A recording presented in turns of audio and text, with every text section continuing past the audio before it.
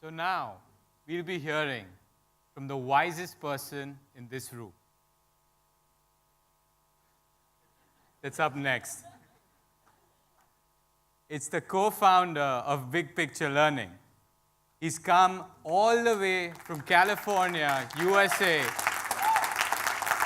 to talk to you about Big Picture Learning. His name is Elliot Washor. Elliot has been involved in school reform for more than 45 years as a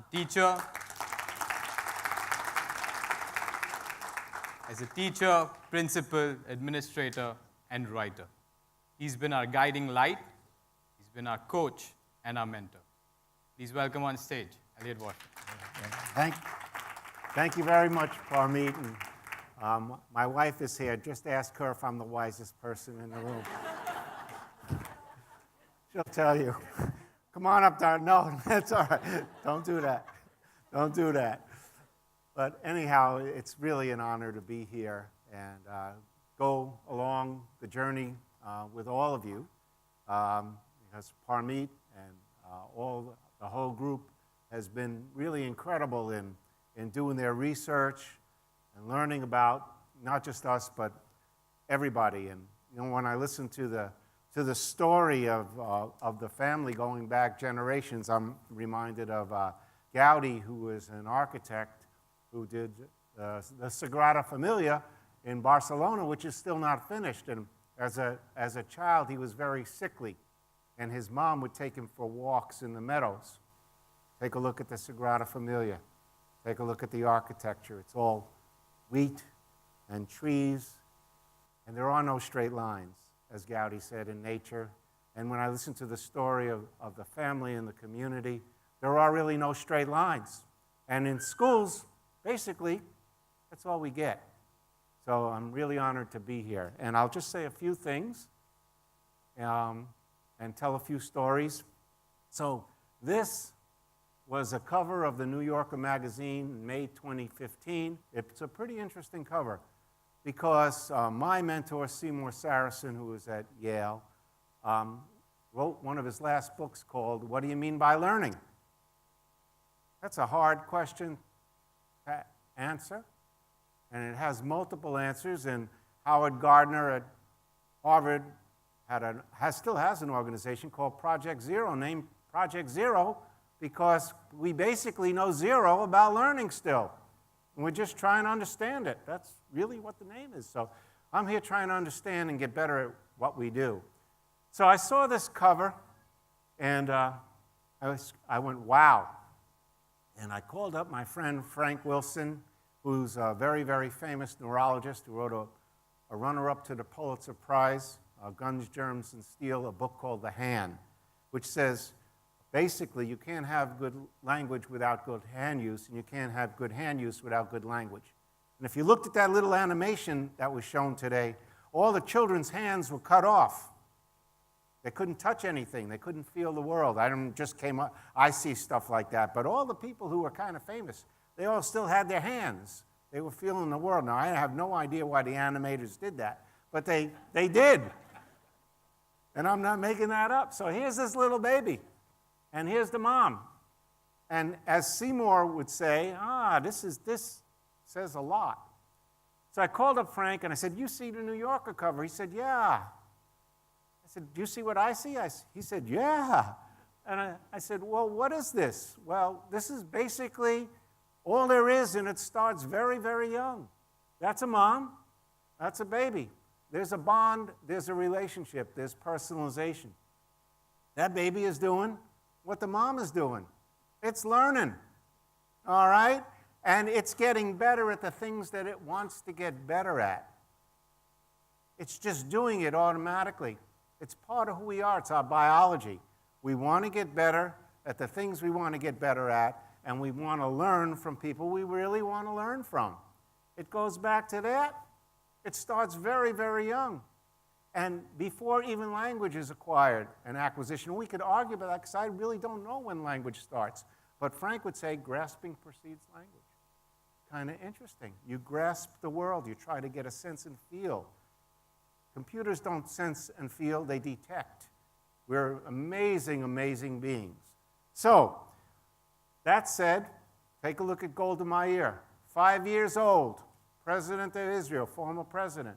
She led her kindergarten class in protest at 5. She was telling us something. Yehudi Menuhin went to a concert with his family, saw a violinist, smashed his toy violin, said, I want a real one, and that person I want to be my mentor. And guess what his parents did? They allowed that to happen. These are powerful things that parents do all the time. So let's take a look at what happens in school. And this was mentioned a little bit, quite a bit really, around engagement and boredom. And if you would take this back to kindergarten, this is the 5th grade over here. If you take it back to kindergarten, and I said to little children, we do this all the time, how many of you want to be an artist? Everybody raises their hand. By the time you're in the 5th grade, how many of you are an artist? Very few raise their hand. By the time you're at the end, very, very few. So engagement keeps going down. Boredom keeps going up. Why? Because nobody's paying attention to who's in front of them in school.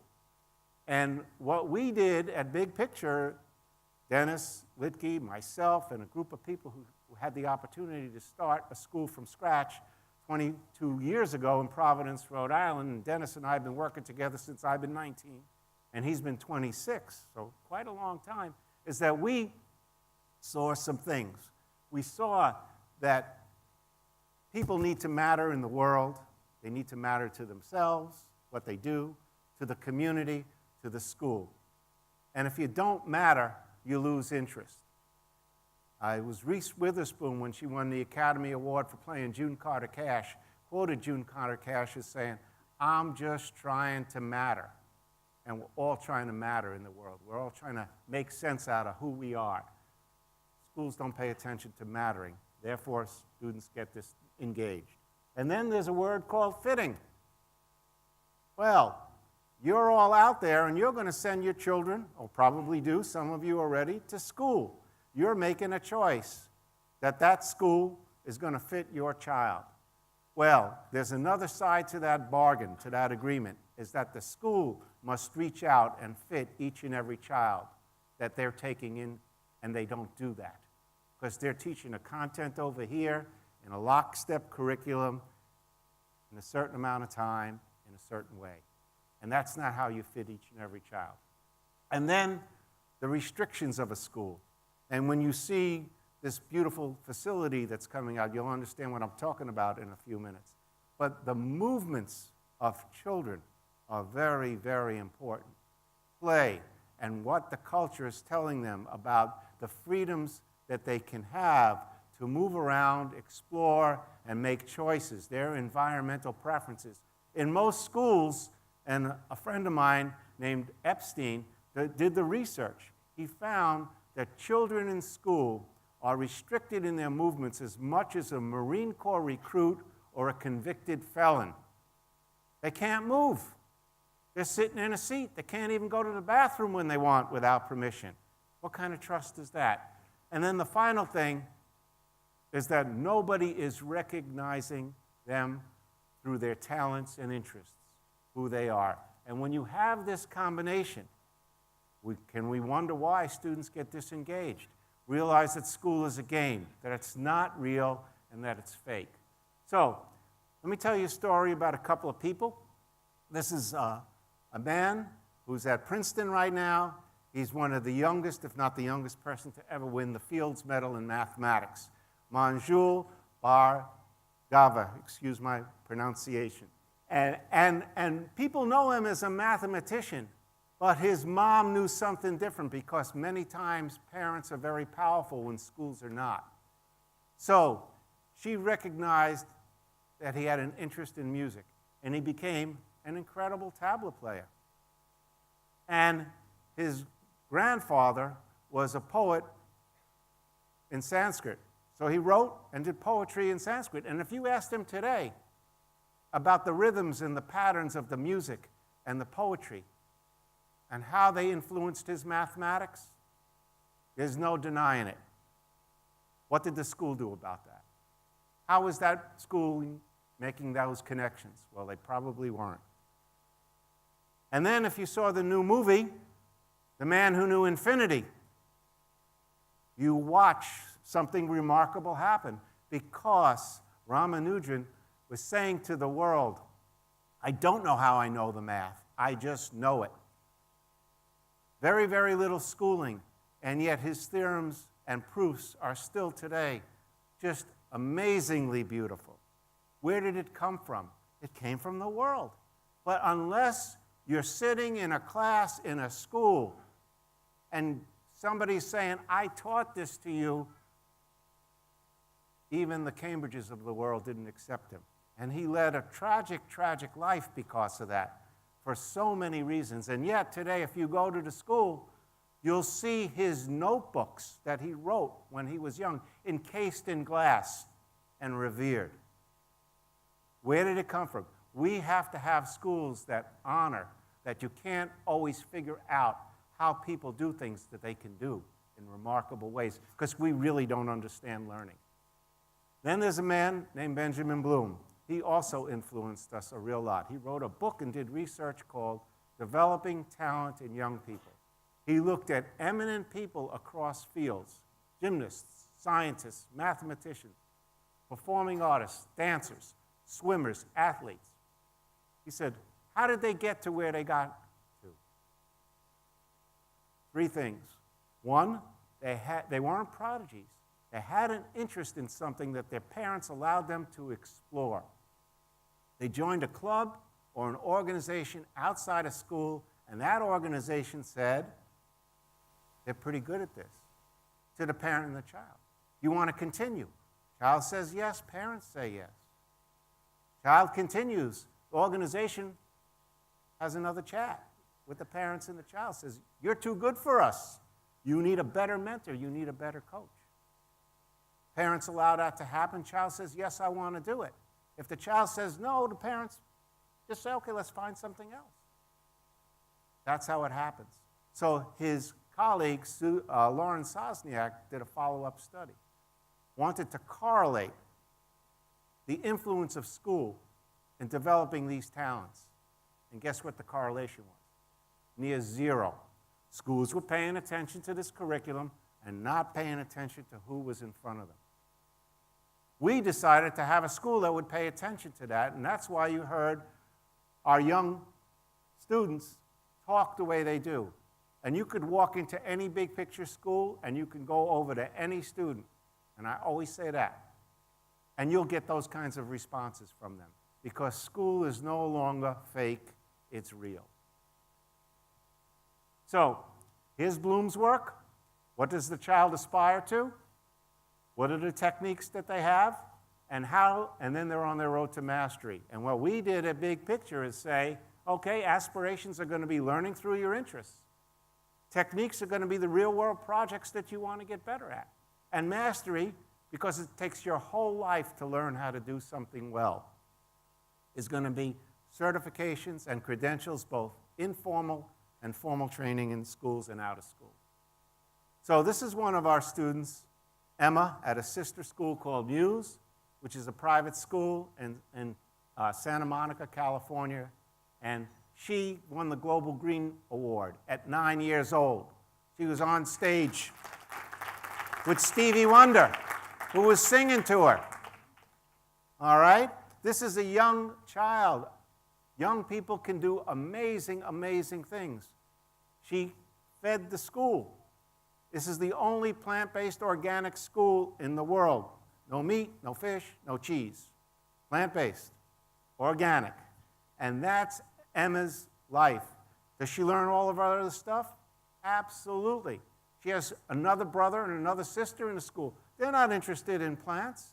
They're interested in other things. They're exploring that, and they're talking to each other, learning how good they are at getting better at the things they want to get better at, and learning from one another about the skills that they actually have some knowledge and understanding about. And this is another one of our students. She's at Laterno College, which is a very good engineering school in Texas.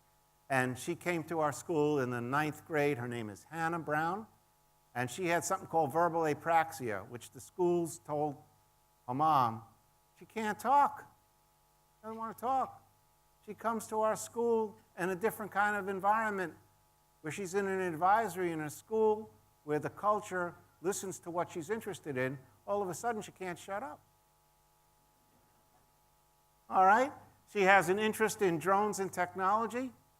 2 days a week, she's at a drone company, making and designing drones.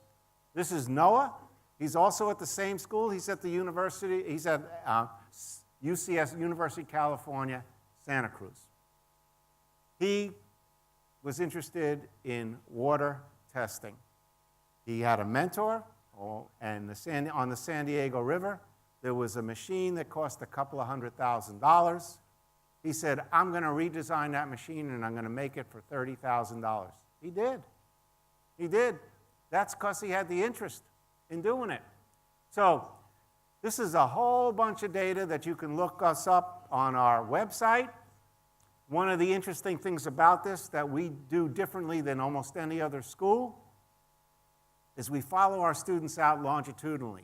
So it's not just what they did when they graduated, but we want to learn and get better at how we do school. So we follow them out every year. 16 years now, we have data on our graduates. Yes, they graduated college. They had the academic skills in high percentages.